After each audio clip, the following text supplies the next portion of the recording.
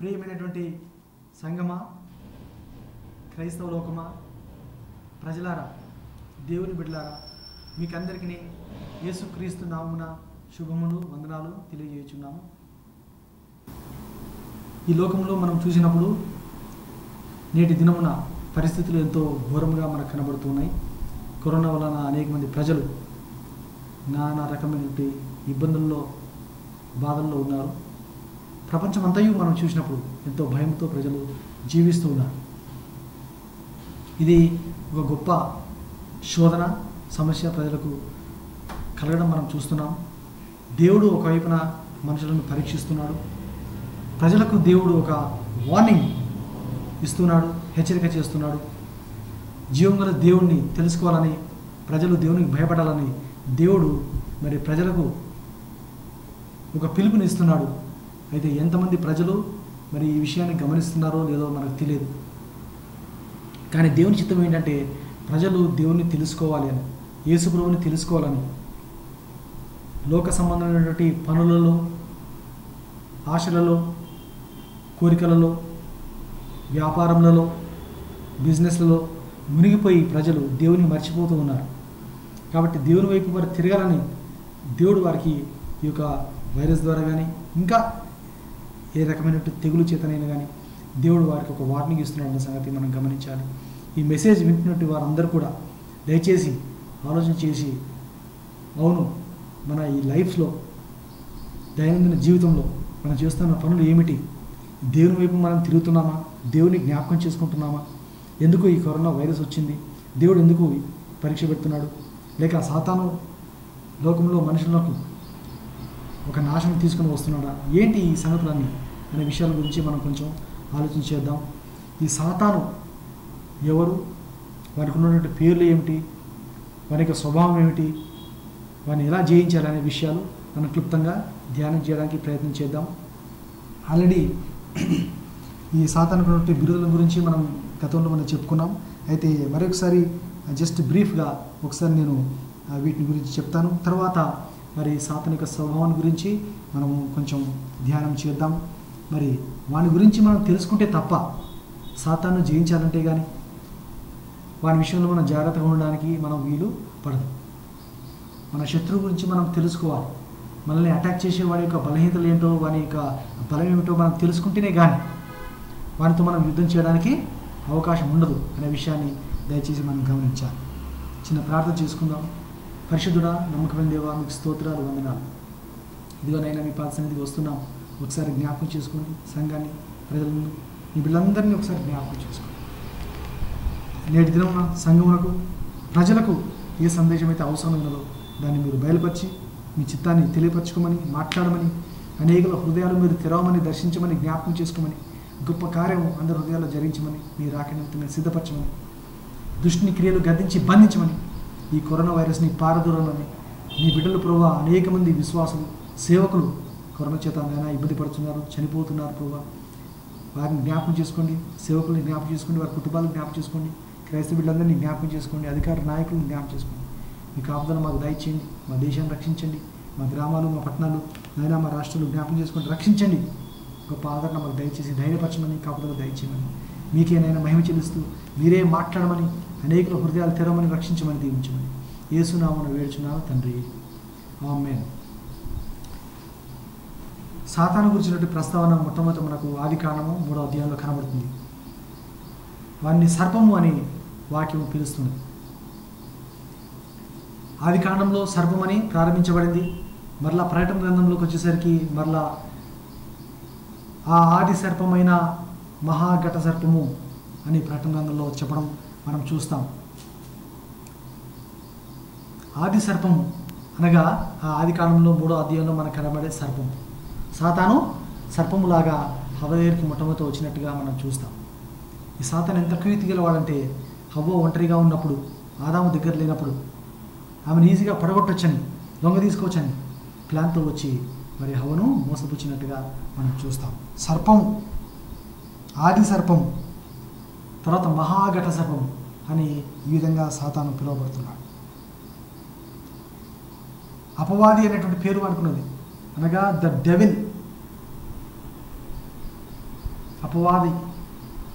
అపవాదం వేసేవాడు, నేరం మోపేవాడు, నిందలు మోపేవాడు, కంప్లైంట్ చేసేవాడు.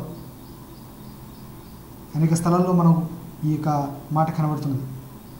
స్వార్థల్లో మనం చూస్తాం, పత్రికల్లో మనం చూస్తాం, ప్రకటన గ్రంథంలోనూ అపవాదం గురించి మనం చూస్తున్నాం. యెషయా గ్రంథంలో వాడిని తేజో నక్షత్రమా అంటున్నాడు, వేకువ చుక్క అంటున్నాడు. అవును, ఒకప్పుడు తేజో నక్షత్రంగా ఉన్నాడు.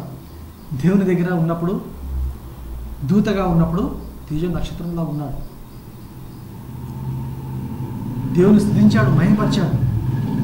ఈ స్తుతి ఆరాధన టీంకి అంతటికీ వాడు చీఫ్గా ఉన్నాడు. కానీ తర్వాత మరి ఎలాగ పతనం అయిపోయాడో ఆ విషయాలు మనం చూద్దాం. తేజో నక్షత్రమా అంటే ఇంగ్లీష్లో మనం చూసినప్పుడు లూసిఫర్ అని కనబడుతుంది. తెలుగులో లూసిఫర్ అనే మాట తేజో నక్షత్రమా అని మరి తర్జుమా చేయబడింది. యెషయా 14వ అధ్యాయంలో 12వ వచనంలో ఈ మాట మనకు కనబడుతున్నది. యెహెజ్కేలు గ్రంథంలో 28వ అధ్యాయంలో మనం చూసినప్పుడు 13వ వచనంలో కెరూబు అనే మాట ఉపయోగించబడింది. అక్కడ నిజానికి మనం చూసినప్పుడు మరి యెహెజ్కేలు భక్తుడు అనేక దేశముల గురించి ప్రవచిస్తూ ఉన్నాడు. అక్కడ ప్రవచిస్తున్నప్పుడు తూరు దేశాన్ని గురించి ప్రవచనం ఇతర వెంటనే దేవుడు మరి అతని ద్వారా ఆ తూరుని గురించి మాట్లాడుతూ మరి సాతానుకు సంబంధించిన విషయాలు, వారి యొక్క పుట్టుక ఎలా జరిగింది, ఎలాగ పడవేయబడ్డాడు, వాడు ఎలా పాపం చేశాడు అనే విషయాలన్నీ కూడా అక్కడ యెహెజ్కేలు గ్రంథంలో మనకు చెప్తున్నాడు. తర్వాత వారి యొక్క స్వభావం గురించి మనం చూసినప్పుడు కొన్ని విషయాలు లోతుగా వాని గురించి చూద్దాం. ఒక కెరూబుగా ఉన్నాడు. గొప్ప స్థాయి దేవుడు సాతానుకి ఇచ్చాడు, కానీ దాన్ని వాడు నిలుపుకోలేకపోయాడు. మత్తయి సువార్తలో మనం చూసినప్పుడు 4వ అధ్యాయంలో 2వ వచనంలో శోధకుడు అనే మాట మనకు కనబడుతుంది. సాతాను పేరేమిటి? శోధకుడు, ద టెంప్టర్. శోధిస్తాడు, టెంప్ట్ చేస్తాడు, పాపం చేయడానికి మనుషులను ప్రేరేపిస్తాడు. ఎందుకంటే వాడే పాపం చేశాడు కాబట్టి. మనం చూస్తాం యెహెజ్కేలు గ్రంథంలో నీవు పాపము నీలో కనబడే వరకు అనే మాట యెహెజ్కేలులో ఉంటుంది. మనం చూద్దాం. మొట్టమొదట పాపం చేసిన వ్యక్తి ఎవరంటే సాతానే పాపం చేశాడు. మొదట పాపం చేసిన వ్యక్తి సాతాను. పడిపోయిన వ్యక్తి వాడే, తప్పు చేసిన వ్యక్తి వాడే. కాబట్టి తన వల్లనే ప్రజలను కూడా మోసం చేసి తన వైపు తిప్పుకోవడానికి మరి ప్రయత్నం చేసి వాడు సఫలీకృతుడు అయ్యాడు సాతాను. కానీ సాతాను యొక్క అంతం ఏమిటో మనకు తెలుసు. చివరిగా మనం చూసినప్పుడు ప్రకటన గ్రంథము 20వ అధ్యాయంలో 10వ వచనంలో సాతాను గురించిన విషయం మనకు కనబడుతుంది. వాడు ఎలాగో లాస్ట్కి మరి నిత్య నరకాగ్నిగుండంలో పడవేయబడ్డాడో ఆ విషయం మనకు కనబడుతుంది. ఇంకొక మాట ఉంది వాడి గురించి, ఈ యుగ సంబంధమైన దేవత అంటున్నాడు. సాతాను ఈ లోకంలో నీకు పడద్రోయబడ్డాడు. మరి ఈ యొక్క లోకము వాడు స్వాధీనం చేసుకున్నాడు. అందుకే యేసు ప్రభుతో అంటాడు, యేసు ప్రభువును కూడా శోధించాడు కదా, యేసు ప్రభువుని శోధించాడు. తన మాట వింటాడు యేసు ప్రభు అనుకున్నాడు సాతాను. నాకు మొక్కు, నేను నీకు ఇగో ఇవన్నీ కూడా ఈ లోకరాజ్యాలను నీకు ఇస్తా అంటున్నాడు. సాతాను ఇచ్చేది ఏమిటి? సృష్టికర్త ఎవరు? దేవాది దేవుడు ఎవరు? సాతాను ముందు ఉన్నది ఈ వ్యక్తి ఎవరు తెలుసు. సాతానుకు తెలుసు, అన్నీ తెలుసు. ప్రయత్నం చేస్తున్నాడు, శోధిస్తున్నాడు, టెంప్ట్ చేస్తున్నాడు. చూద్దాం, ఒకవేళ పొరపాటున కనుక నాకు మొక్కాడనుకో ఇంకా అయిపోయింది, నాకు దాసు అయిపోతాడు అనుకుంటున్నాడు సాతాను. ఈ యుగ సంబంధమైన దేవత, ఈ యుగానికి ఇప్పుడు వాడే దేవతగా ఉన్నాడు. యోహాను సువార్తలో ఇంకో పేరుంది వాడికి, లోకాధికారి. ఈ లోకానికి వాడు అధికారిగా ఉన్నాడట. మనం ఈ లోకంలో ఉన్నాం, సాతాను ఈ లోకానికి అధికారిగా ఉన్నాడు. మరి ఎలా దేవుని బిడ్డలుగా ఎలాగ జీవిస్తాం అంటే యేసు ప్రభువుని వెంబడించడం ద్వారా, ప్రార్థన చేయటం ద్వారా, మన జీవితాలను ప్రభుకి అప్పగించుకోవటం ద్వారా, ప్రభు మాట మనం వినటం ద్వారా. సాతాను మాట మనం వినకపోతే చాలు. మనం ఎవరి మాట వింటే వారికి దాసులం. యేసు ప్రభు మాట వింటే మనం యేసు ప్రభుకి దాసులం అవుతాం, ఆయన శిష్యులం అవుతాం, ఆయన యొక్క బిడ్డలం అవుతాం. లోకాధికారి, the ruler of this world, ఈ యుగ సంబంధమైన దేవత, the god of this age అని వాడు పిలువపడతాడు. మళ్ళీ ఈ మధ్య నేను ప్రకటన గ్రంథంలో చదువుతున్నప్పుడు ఇంకో పాయింట్ నోట్ చేశాను. వాడికి ఇంకో పేరుంది. ప్రకటన గ్రంథంలో మనం చూసినప్పుడు 9వ అధ్యాయంలో 11వ వచనంలో అబద్దోను అని పిలువబడుతున్నాడు. దాని ఫుట్ నోట్లో ఇంకో మాట ఉంది, అపోల్లో యోన్. ఇలాగూ అనేక బిరుదులు వాడు సాతాను కలిగి ఉన్నాడు. అయితే వాడు ఏమి చేస్తాడు? ఎందుకు మనుషులు ఇంతగా సాతాను వైపు ఆకర్షితులవుతున్నారు? దేవుడు పరిశుద్ధుడని ప్రజలకు తెలుసు, దేవుడు రక్షించేవాడని తెలుసు, యేసుప్రభు పరలోకం ఇస్తాడని తెలుసు, యేసుప్రభు సమాధానం నెమ్మది ఇస్తాడని తెలుసు ప్రజలకి, యేసుప్రభు నీతివంతుడని తెలుసు, పరిశుద్ధుడని తెలుసు, ఆయనే రక్షకుడని తెలుసు, ఆయన దేనికి వస్తే పాపాలు కడిగి వేస్తాడని ప్రజలకు తెలుసు. కానీ యేసుప్రభు దగ్గరికి మనుషులు రాలేకపోతున్నారు. ఏమిటి కారణం? పాపము మనుషులకు రుచికరముగా ఉన్నది. పాపము చేసినప్పుడు మనుషులకు ఆనందం కలుగుతుంది. దాంట్లో నుండి వారు బయటికి రాలేకపోతున్నారు. దాంట్లో ఒక ఆకర్షణ ఉంది. ఈ సాతాను, ఈ చీకటి చెడు క్రియలు చేయడానికి మనుషులను ప్రేరేపించి వాటి యందు ఇష్టం పుట్టించి వారిని లోపరుచుకుంటున్నాడు. హెజ్కేలు 28వ అధ్యాయంలో మనం చూసినప్పుడు 15వ వచనంలో 16వ వచనంలో పాపము చేశాడు సాతాను అని మనకు కనబడుతుంది. పాపము కనబడేంత వరకు మంచిగా ఉన్నాడంట, నమ్మకంగా ఉన్నాడంట. కానీ సాతానులో పాపము కనబడింది. ఏం చేశాడంట సాతాను? వారిలో తనలో తాను అన్యాయము పెంచుకున్నాడు అని రాయబడింది. ఇంకేమైనా రాయబడింది? గర్వించాడు అని రాయబడింది.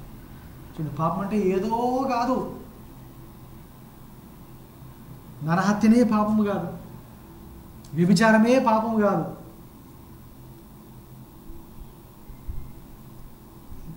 గర్వం వచ్చేసినప్పుడు అది పాపం కింద లెక్క కడుతున్నాడు దేవుడు వాక్యం. అన్యాయం పెంచుకున్నాడంట సాతాను లోపల. యేసుప్రభు ఒక మాట చెప్పాడండి, నిన్ను వలె నీ పొరుగువాన్ని ప్రేమించుము అన్నాడు.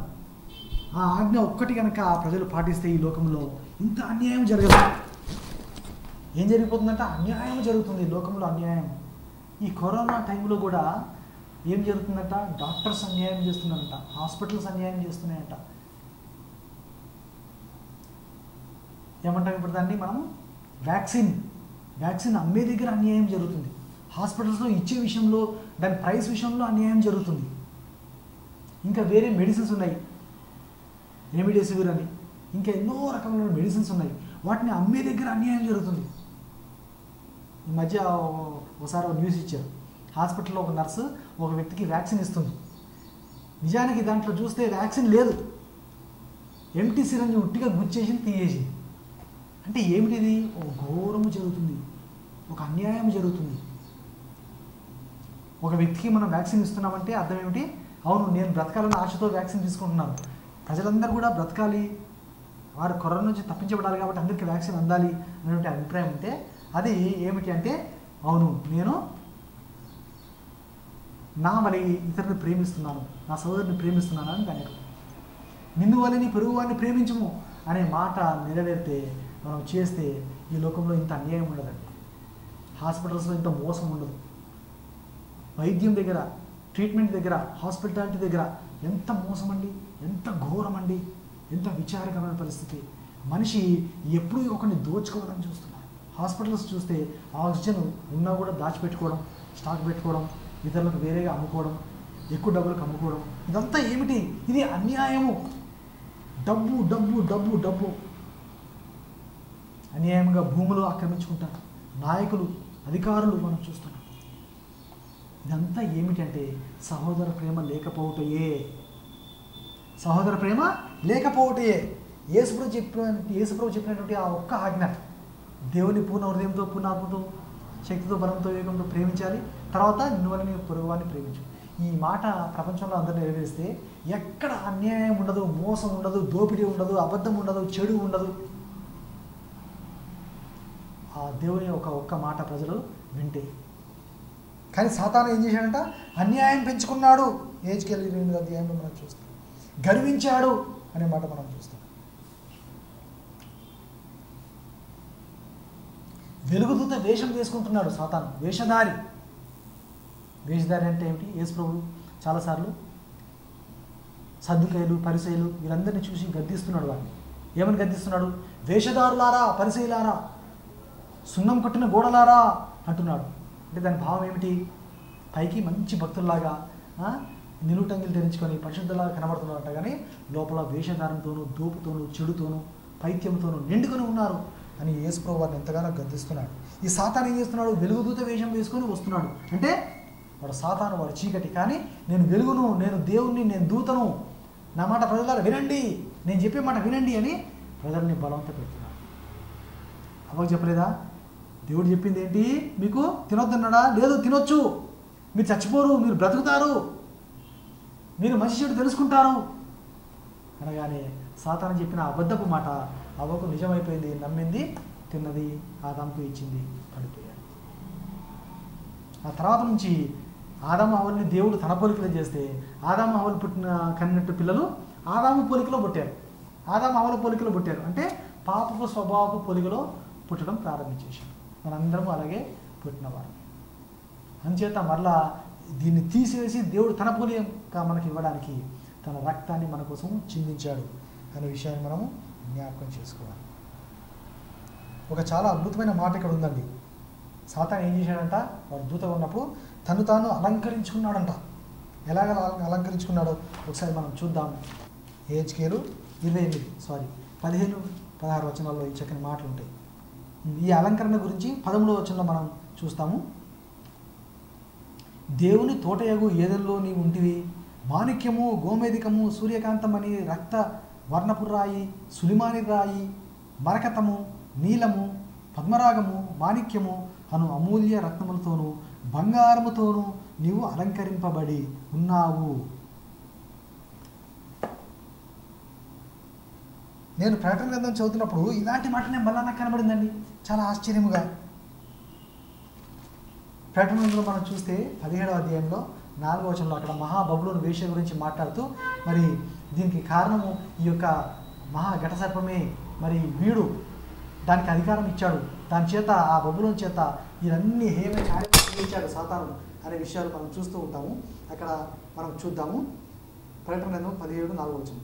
ఆ స్త్రీ ధూమ్ర రక్త వర్ణములు గల వస్త్రము ధరించుకొని బంగారముతోనూ రత్నములతోనూ ముత్యములతోనూ అలంకరింపబడినదై ఏహ్యమైన కార్యములతోనూ తాను చేయుచున్న వ్యభిచార సంబంధమైన అపవిత్ర కార్యములతోనూ నిండిన ఒక సువర్ణ పాత్రను తన చేత పట్టుకొని ఉండేను.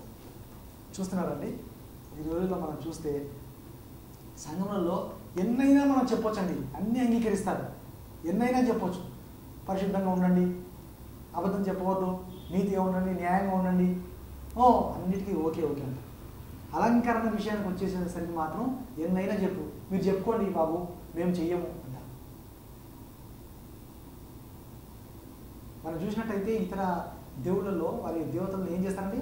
మొత్తం అంతా అలంకరించేసేస్తారు. ఆ ముఖాలు ఎలా ఉంటాయో మనకు తెలియదు, మరి రూపంలో ఎలా ఉంటాయో మనకు తెలియదు. ఏమున్నాయి వాళ్ళకు? మొత్తం అలంకరణ ఉంది. అక్కడ ఉండే మరి స్వాములు కానీ పూజారులు కానీ ఏం చేస్తారు? వాటిని అలంకరిస్తూ ఉంటారు ఈ బంగారంతో, వీటన్నిటితో. సాతాను ఏం చేశాడు? సాతాను ఇవన్నిటితో తను అలంకరించుకున్నాడు. ఇప్పుడు మనం చదివాము హెచ్కేలు 28:13. ఇప్పుడు అనేక మంది ఏం చేస్తున్నారండి? విపరీతంగా తమను తాము అలంకరించుకుంటున్నారు. బంగారులతో, నగలతో, వెండితో, అనేక రత్నములతో ఎంతగా ప్రేమిస్తున్నారో ఈ అలంకరణ. వారి దేవుని మీద వారికి ప్రేమ ఉన్నదా? ఈ అలంకరణ మీద వారికి ప్రేమ ఉన్నదా? ఏమిటో మనకు ఎంతగా ఖండించి బోధించినా కూడా వీటిపైన వారికి ప్రేమ పోవట్లేదు, మక్కువ పోవట్లేదు. ఈ స్వభావము, ఈ అలంకరణ స్వభావం అనేది సాతానుది. మనం గమనించాలి. క్రైస్తవ ప్రజలకు అర్థం కావట్లేదు, స్త్రీలకు అర్థం కావట్లేదు. క్రైస్తవులే, వాక్యం తెలిసిన వారే, వాక్య ఉపదేశకులే, వారి కుటుంబీకులే, అన్నీ తెలిసినా కూడా ఏదైనా ఫంక్షన్ వచ్చేస్తే చాలు, ఏదైనా వివాహం వచ్చేస్తే చాలు, ఏదైనా కార్యక్రమం వచ్చేస్తే చాలు, విపరీతంగా మొత్తం అలంకరణతో నింపుకుంటున్నారు తమ్ముడు తాము. ఆ అలంకరణ ఏమన్నాడు ఇక్కడ ప్రకటన చూసినప్పుడు? ఏహ్యమైన కార్యము. ఇది గర్వానికి దారి తీసింది, అన్యాయానికి దారి తీసింది, పాపానికి దారి తీసింది. దేవుని బిడ్డలకు దానితో ఏం పని? ఈ అలంకరణతో ఏం పని? ఈ లిప్స్టిక్లతో ఏం పని? ఈ నెయిల్ పెయింట్స్తో ఏం పని? ఈ కాటికలతో ఏం పని? ఈ ఈ హెయిర్ డ్రెస్సింగ్లతో ఏం పని? ఈ పై రూపంతో ఏం పని నేను అడుగుతున్నాను. దీని గురించి చెప్పేవారే కరువైపోయారు. ఎందుకు అంటే అందరూ ఆ ఆశలలో మునిగి తేలుతున్నారు. వీటిని జయించలేకపోతున్నారు. ఇదో బలహీనత అయిపోయింది, ఇదో శోధన అయిపోయింది వారికి. ఇది సాతాను స్వభావము, ఇది సాతాను లక్షణము, ఈ అలంకరణ. నేను 2 రెఫరెన్సెస్ చూపించాను ఇప్పుడు. ప్రకటన 18:16లో కూడా ఉన్నది. మొత్తం 3 రెఫరెన్సెస్.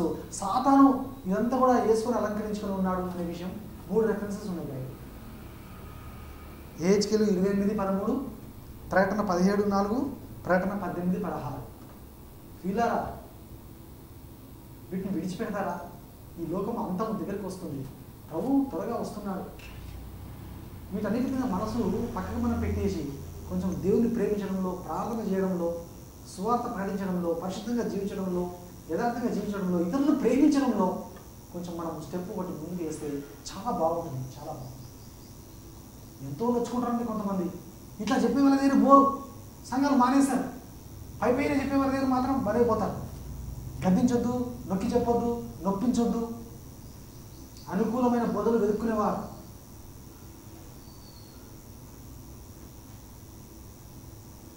ప్రజలు ఎలాగ అలవాటు అయిపోయారంటే చర్చిలకు వెళ్దాం, కానీ మనం చేసి అన్నీ చేద్దాం, మన ఇష్టానుసారంగా జీవిస్తాం. గద్దింపు వద్దు, హెచ్చరిక వద్దు, కరెక్షన్ వద్దు. దేవుడు తన కుమారులను ఏం చేస్తాడంటే గద్దిస్తాడు, శిక్షిస్తాడు.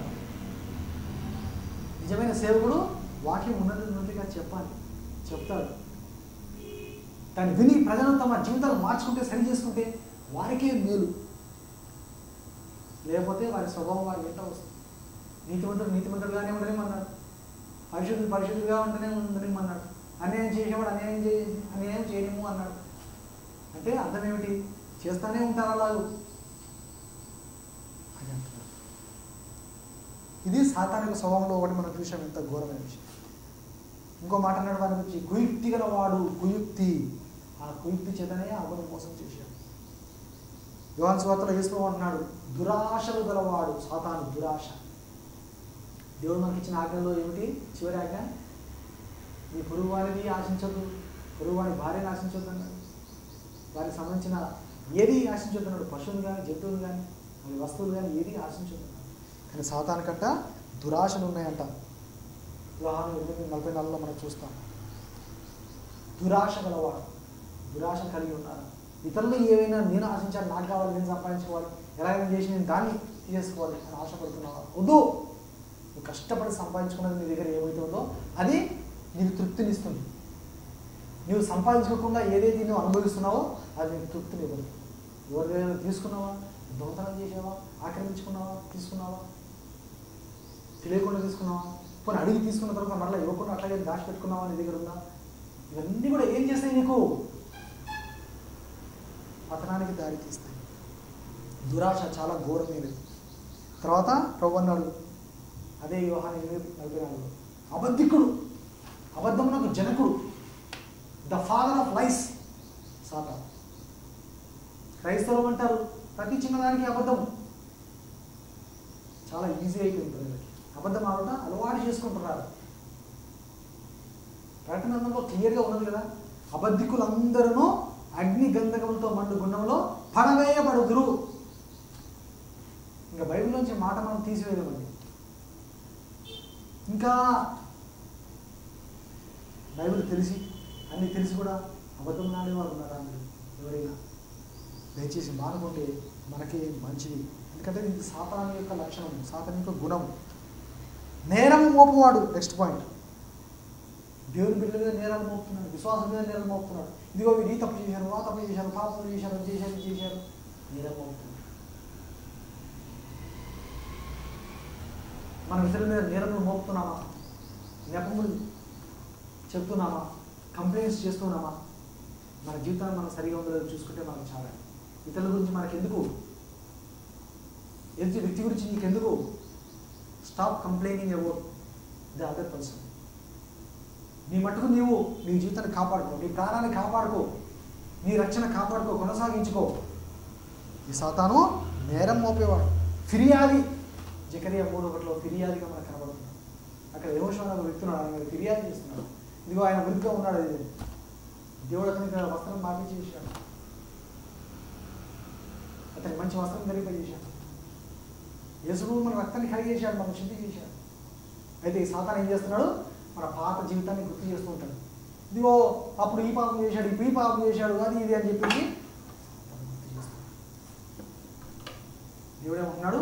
ఇదిగో నేను నీ అపరాధములను, నీ పాపములను అగాధములను త్రోసివేశాను, పడవేశాను.